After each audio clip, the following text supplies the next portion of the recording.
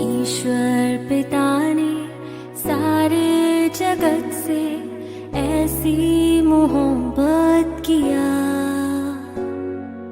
पापों से हमको मुक्ति दिलाने यीशु मसीह को दिया। परमेश्वर के नाम की महिमा हो। प्रभात मनन की आराधना संबंधी मनन में आप सभी का हार्दिक स्वागत है। आइए आज सुबह की शुरुआत करते हैं हमारे उद्धारकर्ता प्यारे प्रभु यीशु मसीह के नाम से। प्यारो, पिछले 3 सप्ताह से मैं अपने स्थानीय कलीसिया के कुछ कार्यक्रम की व्यस्तता के कारण प्रभात मनन के लिए रिकॉर्डिंग नहीं कर पाया, इसके लिए मैं क्षमा चाहता हूँ। आइए हम अपने मनन को आगे जारी रखेंगे। प्यारो, आपको याद होगा कि हमने ध्यान दिया था कि मिस्र के बंधन से इजरायलियों का छुटकारा कितने अद्भुत तरीके से हुआ था। ऐसा तरीका जिसकी कल्पना किसी ने कभी नहीं की थी। सबके समझ से परे एक भेड़ के बच्चे का वध किया जाना और उसके लहू को चौखट पर लगाया जाना। क्या इस तरह के कार्य आमतौर पर किए जाते हैं? बिल्कुल नहीं। ये बिल्कुल भी अजीबोगरीब तरीका था। भले ही उनको ये बातें समझ में नहीं आई, फिर भी उन्होंने परमेश्वर की आज्ञा का पालन किया। प्यारो, जब परमेश्वर ने संपूर्ण जगत के उद्धार की योजना को बनाया और अपने पुत्र प्रभु यीशु मसीह को इस पृथ्वी पर भेज दिया, जो बेतलहम नामक छोटे से गांव में जन्म लिया था और गरीबी में अपना जीवन यापन किया, तो लोगों को उन्हें स्वीकार करने में बड़ी दिक्कत हुई। सबसे बड़ी दिक्कत उन फरीसियों को हुई जिनके हिसाब से तो प्रभु यीशु मसीह परमेश्वर के खिलाफ कार्य कर रहा था। प्यारो, ऐसा हमेशा से होता आया है। परमेश्वर की योजना मनुष्य के समझ से काफी बढ़कर है। आइए आज हम फसह के पर्व की पहली शुरुआत कैसे हुई थी और उस रात मिस्र देश में क्या हुआ था विस्तार से जानते हैं। निर्गमन की पुस्तक 12 अध्याय 3 से लेकर 6 पद। इजराइल की सारी मंडली से इस प्रकार कहो, इसी महीने के 10वें दिन को तुम अपने पितरों के घरानों के अनुसार घराने पीछे एक मेमना रख ले, और यदि किसी के घराने में एक मेमने के खाने के लिए मनुष्य कम हो तो वो अपने सबसे निकट रहने वाले पड़ोसी के साथ प्राणियों की गिनती के अनुसार एक मेमना ले रखे, और तुम हर एक के खाने के अनुसार मेमना हिसाब करना। तुम्हारा मेमना निर्दोष और 1 ही वर्ष का नर हो, और चाहे भेड़ों में से लेना चाहे बकरियों में से, और इस महीने के 14वें दिन तक उसे रख छोड़ना। और उस दिन गोधूली के समय इजरायलियों की सारी मंडली के लोग उसे बलि करें। परमेश्वर इस पढ़े गए भाग में अपनी आशीष को उंडेले। प्यारो, इन पढ़े गए पदों में परमेश्वर इजरायलियों को 2 कार्यों को करने को कहता है। पहला, अपने लिए एक निर्दोष मेमना जो 1 वर्ष का नर हो अलग कर ले।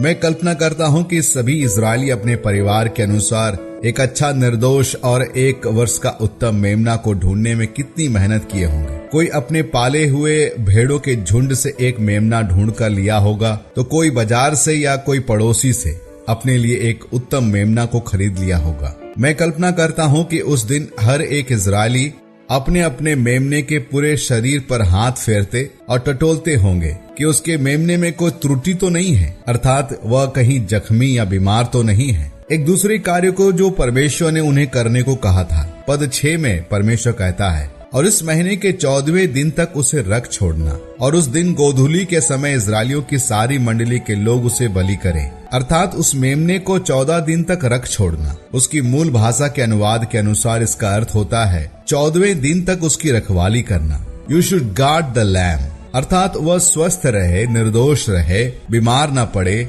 इसका पूरा पूरा ख्याल रखना, उसकी अच्छी सी देखभाल करना, ये जानते हुए कि 14 दिन के पश्चात उन्हें ही उसे वध करना पड़ेगा। परमेश्वर ने उन्हें भला ऐसा करने के लिए क्यों कहा था?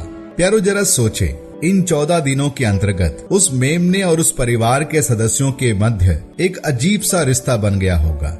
ऐसा अक्सर होता है। अब वह मेमना बस एक जानवर नहीं रह गया, पर अब वह उस परिवार का सदस्य भी बन गया है। उसी रीति से परमेश्वर का मेमना इस जगत में भेजा गया। उसे सीधे कलवरी क्रूस पर मरने नहीं भेजा गया, परंतु वह निर्दोष और निष्कलंक मेमना मनुष्य के बीच में डेरा किया। वह लोगों के बीच में चला फिरा, उनको अपना प्रेम जताया, उनकी सेवा की, भूखों को भोजन खिलाया, बीमारों को देखकर उसकी आंखें भर जाती थी। उसने उनको चंगा किया, टूटे हुए दिलों को जोड़ दिया। कुछ लोगों ने तो उसमें सच्चे प्रेम को जाना, पर कुछ ने तो उसमें गलतियां ढूंढने में बाज नहीं आए। परंतु एक बात तो सच है कि अंत में सभी ने मान लिया वह परमेश्वर का मेमना बिल्कुल निर्दोष था। इजरायलियों को केवल अपने परिवार के अनुसार एक मेमना चुन लेना ही काफी नहीं था, पर यदि परमेश्वर के दंड से बचना है तो उस मेमने को वध करना अनिवार्य था। और इतना ही नहीं, उसके लहू को अपने चौखट पर लगाना भी जरूरी था। 14 दिनों से जिस मेमने को अपने घर के सदस्य के नाई परवरिश की,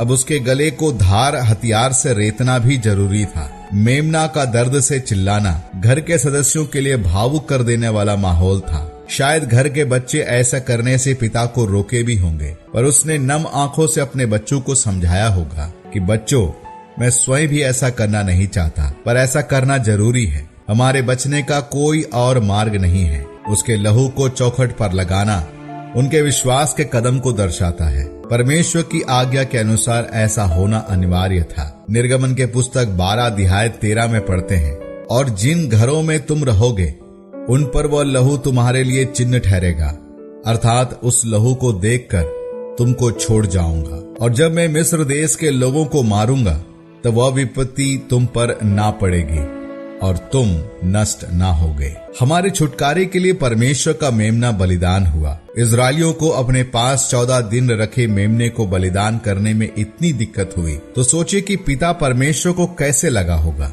जब उसका इकलौता पुत्र क्रूस पर चिल्ला रहा था, हे मेरे परमेश्वर, हे मेरे परमेश्वर, तूने मुझे क्यों छोड़ दिया। पुत्र को पिता से कोई उत्तर नहीं मिला। पिता परमेश्वर की खामोशी बता रही थी कि जगत को बचाने के लिए उसके पुत्र का मरना कितना जरूरी था। एक इजरायली अपनी फसक के मेमने का बलिदान को मसीह के बलिदान के संग तुलना करे तो वह उस दर्द को महसूस कर सकता है। वह परमेश्वर पिता के प्रेम को समझ सकता है कि उसने कितना बड़ा बलिदान दिया। आज मैं और आप जब परमेश्वर की आराधना करने जाए तो उस बलिदान की अहमियत को जाने, उसके पीछे पिता के त्याग और दर्द को महसूस करे, उसके पुत्र के प्रेम की अनुभूति में डूब जाए और दिल की गहराई से उसकी आराधना करे। प्रभु यीशु मसीह हमारा फसा का मेमना जो हमारे लिए उस क्रूस पर बलिदान हुआ, उसके लहू से हमें मोल लिया, शैतान की गुलामी से हमें आजाद किया। आइए उसके सम्मुख नतमस्तक हो, उसके नाम को सराहे, उसके नाम की जय जयकार करें। मेमना जिसने हमें बचा लिया। हम इस मेमने के विषय की मनन को आगे भी जारी रखेंगे। परमेश्वर के नाम की महिमा हो। आप सबको मेरा